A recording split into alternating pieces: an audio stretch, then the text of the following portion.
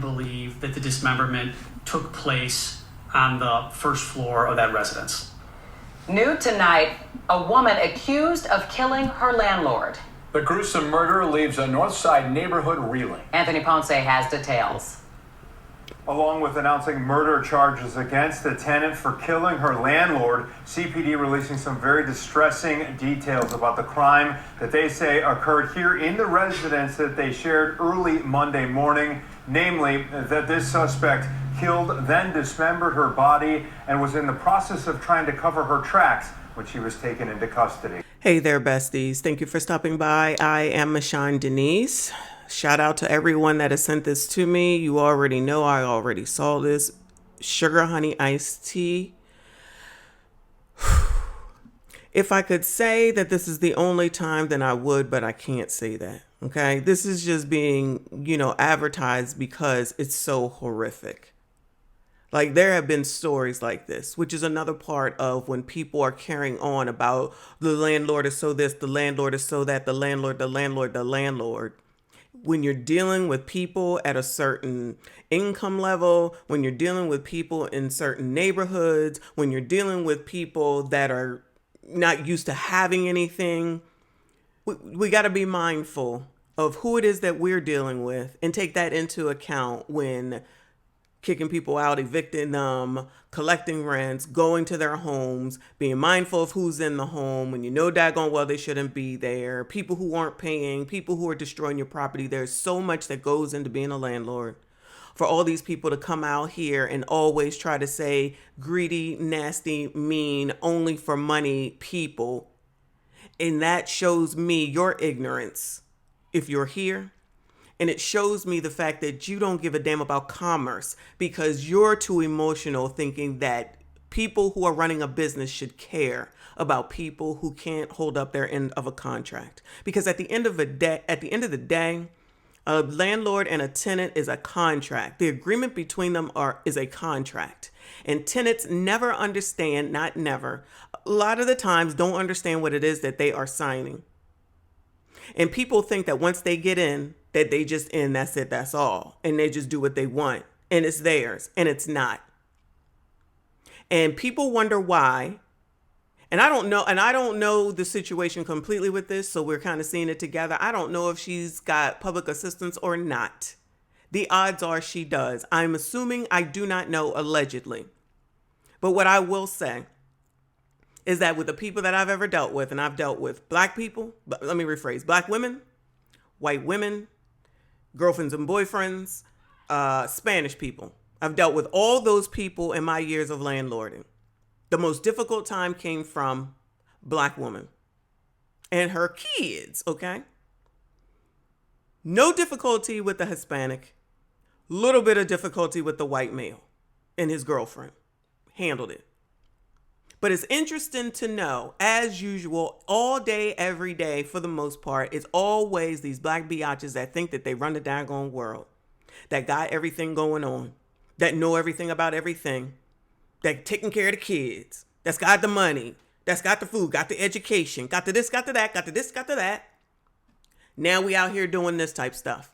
Out here at the top of lists we shouldn't be at the top of, bottom of lists we shouldn't be at the bottom of, but out here running off at the mouth every day, all day, talking about everybody else, but don't ever want to take a look in the daggone mirror. Don't ever want to reevaluate, assess, change, try to do something differently. It's just always do what I want and then blame someone else.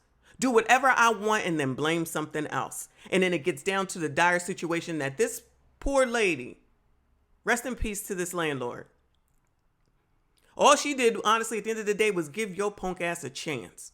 That's all she did. And all she asked was you take care of her place and you pay the agreed upon rent amount in the contract. And then when people can't do it, we're supposed to give a damn. You're not related to me. This is business. You're not my family. You're not my kid. You're not my responsibility. You're supposed to be the adult. You're supposed to be an adult. all these people carrying on, I got it going on, and you got this and you got that, and you showing every day, as far as I'm concerned, that you don't. You just lying. You just out here talking. You just out here running off at the mouth just because black women don't know how to shut the fuck up. Why is that?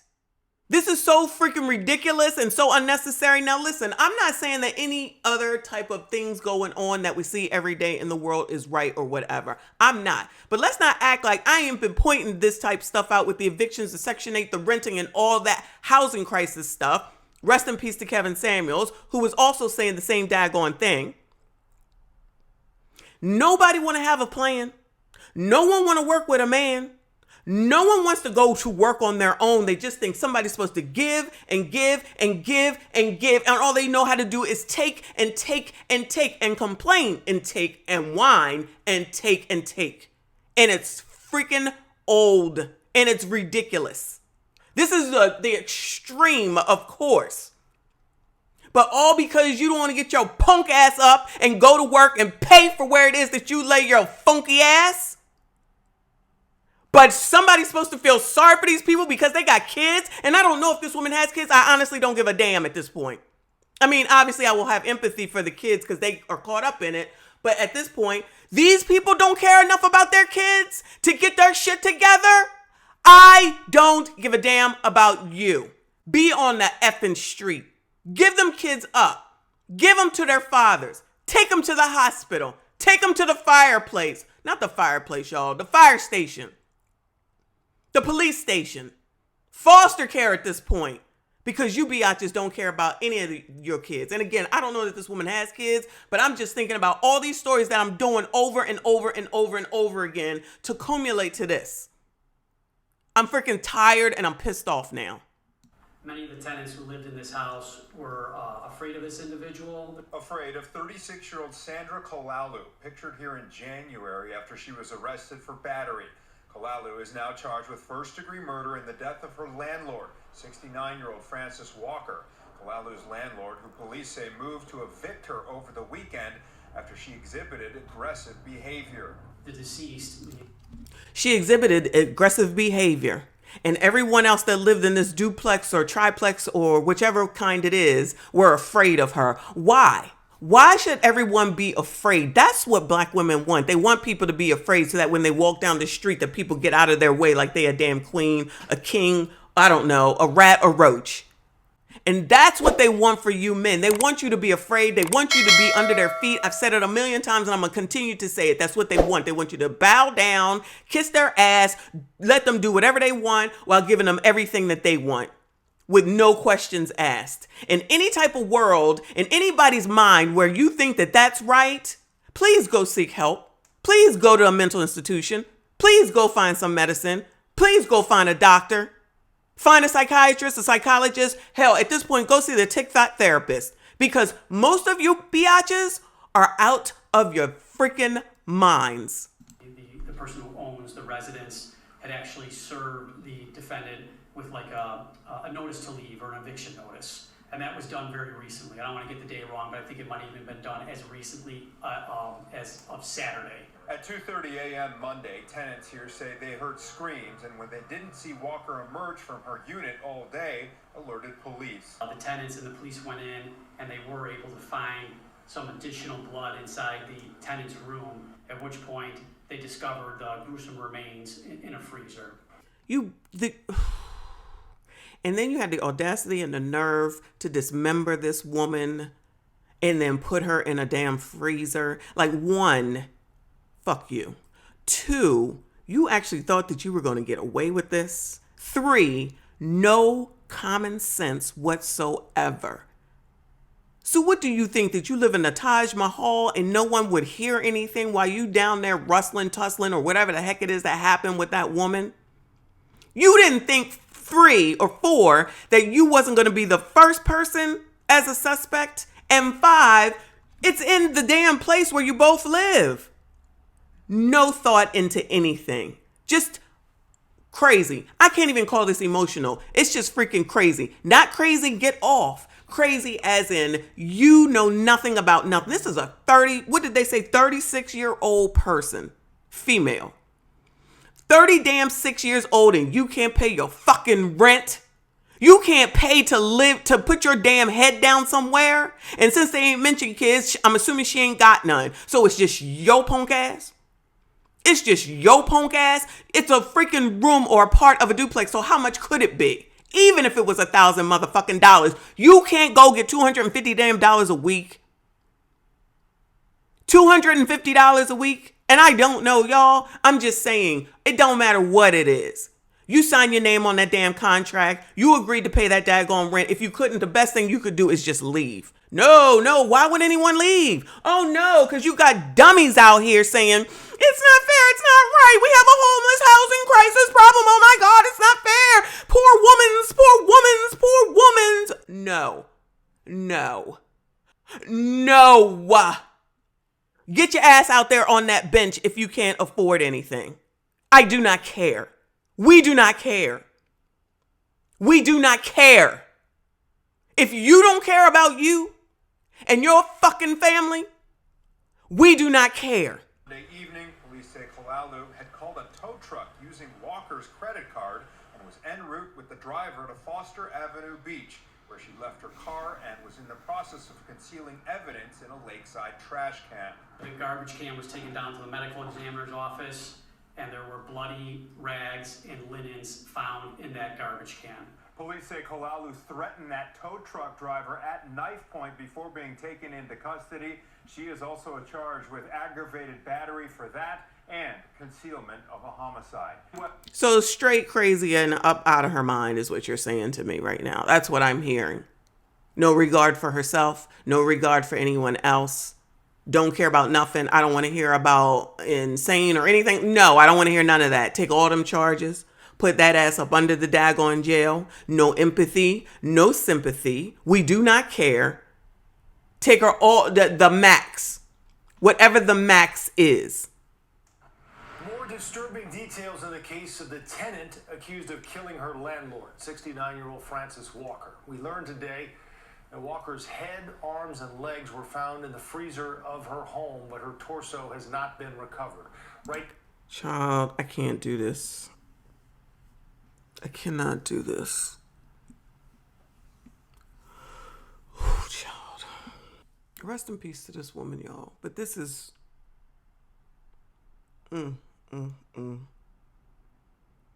Y'all, just be careful, because people do not care. People don't care about their damn self, so ain't no way they care about any of y'all, or us, I should say. Be very specific who the hell it is that you spend your time with. These are the last days for sure. We don't even, like, is this woman a professional fucking, sorry y'all for the language. I apologize. Let me calm down. Right now, the suspect, 36-year-old Sandra Kulalu, is in custody, being held without bond. Kulalu has a long history of misdemeanor cases, but no felony convictions. In one of those cases, she was charged with battery, accused of beating her 14-year-old niece and 15-year-old cousin. Let's go now to our Charlie DeMar. He talked with a tenant who met the suspect just last week. Charlie? And Joe, that tenant that we spoke to wasn't home during the murder, but she says that Thank she God. met Sandra last week. She describes that interaction as pretty ordinary and nothing really stood out to her. But some of the tenants were afraid of Sandra, and tonight we're learning why. She was just the nicest person. She took me in, and when I had financial issues, she said, "It's okay. You pay me when you pay me." Oh, so it sounds like she was a landlord who was willing to work with someone who was willing to work with her. Do you hear that, biatches? You know, something like I've said plenty of times before, you can try to go speak to the landlord. You can discuss it. You can try to work something out. In all the articles that I've shown and all the newscasts, they've said the same thing. But if it's time to go, it's time to go. If you can't do anything, you're not willing to do anything, that's where y'all mess up, because you choose to ignore, knowing that problem ain't going nowhere. And it's nobody else's responsibility to take care of you. And then you finally find someone who's nice enough and kind enough to potentially and possibly help you through. Be patient, because it's not me. It's not me. It's definitely not me. And then this is the thanks that she gets. Wrote and rented an upstairs room from Frances Walker, who was remembered for her generosity and kindness, especially when someone needed a place to stay. She was just so gentle. She was so gentle. Rodin moved in just before the pandemic and last saw Walker on Saturday. She had expressed some concerns around the house. She did not seem worried or nervous. Rodin says those concerns centered around Sandra Kolalu, a tenant in the house who had been served with an eviction notice after she made some tenants nervous. Walker even changed some of the locks for safety. What she said was that Sandra had been going into the tenants in the basement, her bedroom, without permission, leaving notes, threatening notes saying go back to your own country. And knowing that this was over a possible eviction. Fran's never been the one to say get out this minute. You know, she gives you 30, 60 days. I can't imagine anything making somebody that angry to do something.